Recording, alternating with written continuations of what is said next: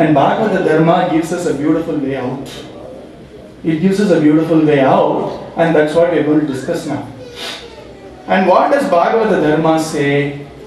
Bhagavata Dharma says that we exist in different levels, right? And we have different roles to play also. I am a mother, I am a daughter, I am a wife, I am a doctor. I have so many roles to play. And I also exist in different levels. Let me give you a small example. All of us know that strength is paramount. Strength is life, weakness is death, said Swami Vivekananda. So what do we mean by strength? What is strength? First of all, the most obvious thing is when you say strength, a kid would show like this. No, physical strength. Is that strength? Absolutely. That is strength. But is that all? We generally see if there is a dustbin, at least in India, if some 4 dogs are jumping into the dustbin, the biggest dog gets that small leaf of food, leftovers. And the weaker dogs are all thrown off. So strength is important, physical strength is important. But there is something little beyond physical strength, which is far more important. What is it? They say buddhir bala. The strength of buddhi. Which means, even if I am a lean elephant mahout, the elephant caretaker, I am lean, I am just 50 kgs, 60 kgs, I can't even lift 10 kgs. And a big elephant weighing tons is completely captivated by me. It is completely under my control. Is it because of physical strength? It is purely because of buddhir bala. Somehow man is more mature. He knows how to take care of other people's buddhi, and by intellectual strength he controls it. Now, is buddhi bala ultimate? We find it is not so too. Because buddhir bala is intellectual strength, isn't it? I have seen many cases where brilliant people flourishing in their trade or profession jumping off from a 10-story building because they don't know how to lead a life. Intellectually strong, mentally weak. Mentally weak means that they don't know how to lead a life. They don't know where happiness is coming from. So they have not been educated on that properly. Even our own children, we give them the best multi-proteins, isn't it? Every day we give them a very balanced diet, calories. We tell them eat. We feed them, we overfeed them.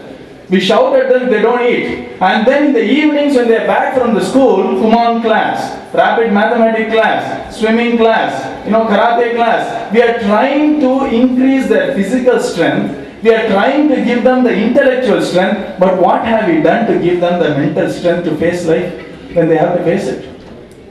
Not much, isn't it? The amount of time we spend here listening about the spiritual, religious matters, they directly go and enhance the spiritual strength, which is nothing but mental strength. So they have seen very successful people and very unhappy people too, right? So that is the gap here, and that is the reason why that such satsang should happen in all places, including temples, homes. I have found one very interesting phenomena. By the grace of the Lord and Guru, I almost traveled half of this world talking to people like you, friends like you. In the US, I can discern a chap or a little child who has been in satsang from children who are not been in satsang. I actually tested my theory. I did a small comparative 2T test. It's a statistical test. I have a little bit of statistical background. I took my own observations and I tested statistically to see whether I am right or not. I was right. Because children who has been introduced to satsang early on, they glow. I assure you, you can see them apart. They are so happy, they are so merry, they are cheerful, they are positive. And the only differentiating factor apart from love at home is they have been into satsang. They have been doing a simple sadhana of chanting their names, and that sets them apart, irrespective of their age group. I've seen it. And if you go around looking at kids, try to test this theory yourself, you'll be surprised.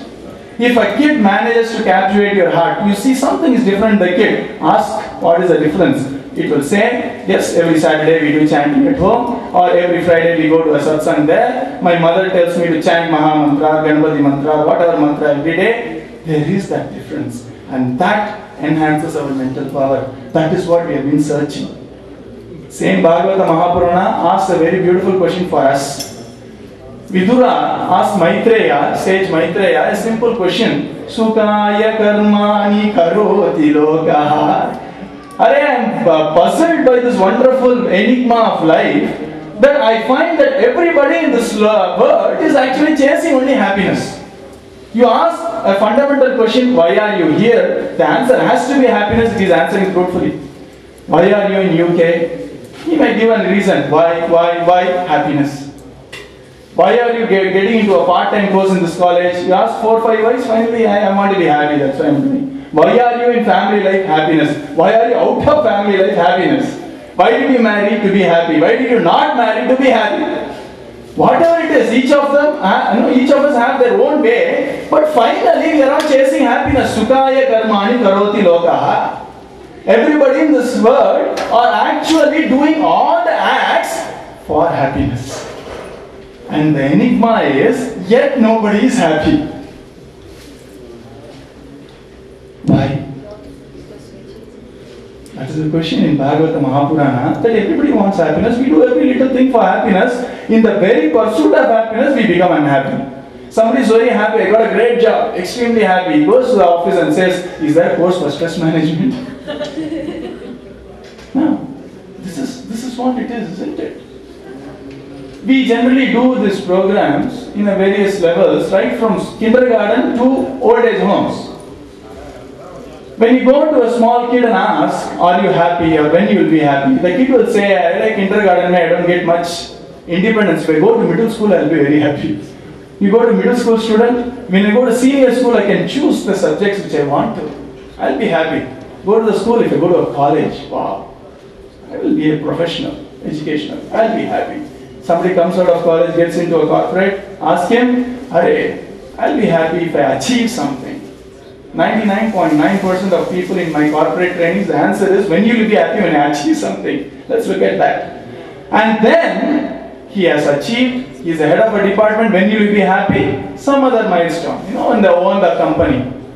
And finally we go to old age homes, where people have lived their lives perfectly, beautiful lives, all successful people, are you happy? They say, those were the days when I was in college. Happiness either is in the future, it's already gone.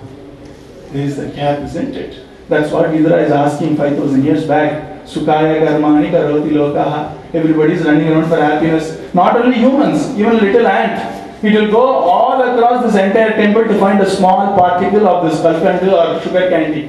Why? It feels happy when there is sugar candy in its mouth. Even a plant manages to grow along the path of sunlight because it gets maximum happiness there.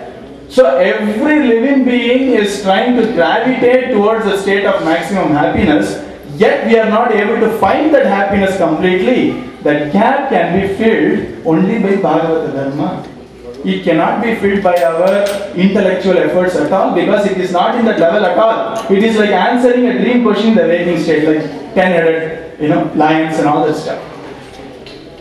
So we have these three struggles. Let me add one more struggle to make it interesting. We read a lot of Vedas. We know that Vedas are truth. We have no doubt about it. But when we hear a few portions of Vedas, they appear absurd. Then we have our doubts. Am I understanding it right? Is this really Vedas? Is Vedas now really true? We get the doubt, isn't it? And now we look at sanction of scientific proof to believe in our own Vedas, which is fine, age of reason. Now let me tell you a little reversal which I came across when I was in the US. I came to know a very interesting thing, that there was this great scientist by the name Heisenberg. Heard about him, right? He was one of those radical thinkers who finally said nothing is exact. Everything is uncertain in this world. And he got a Nobel Prize for that. Now people will kill me if I say that. So he said that he proposed this principle of uncertainty long back. He withheld from announcing it out because he ran a risk of being called crazy. He was not confident, and one day he released it. And he says, I released it that day because on that day I managed to put my hand into this interesting Hindu book called Upanishads, and once I opened the Upanishads, I knew I was right. A scientist was trying to find a sanction of our scriptures to propose his own theory. Let me give you one more example. In Vedas, there is a deity called Shankarshana. We have heard about that, right? Shankarshana, Aniruddha. There are 4 aspects of Vasudeva. That Shankarshana is supposed to hold the world like Atlas. And Shankarshana has 1,000 hands. Shankarshana has 1,000 heads. Now, does it sound logical? Is somebody holding the earth? And is that Shankarshana sitting in the middle of the earth? What is happening? But if you understand it in the right perspective, we can see the beauty and sublimity of Vedas. Akarshana means attraction. Sham means auspiciousness. That's why it's called Shambhu, Shankara. So Sham means auspiciousness. Akarshana means attraction. So we are all sitting out here and listening to a lecture because of this auspicious principle called gravity, isn't it? Otherwise, I'll be floating, you will be floating, we can never come together. So this entire concept of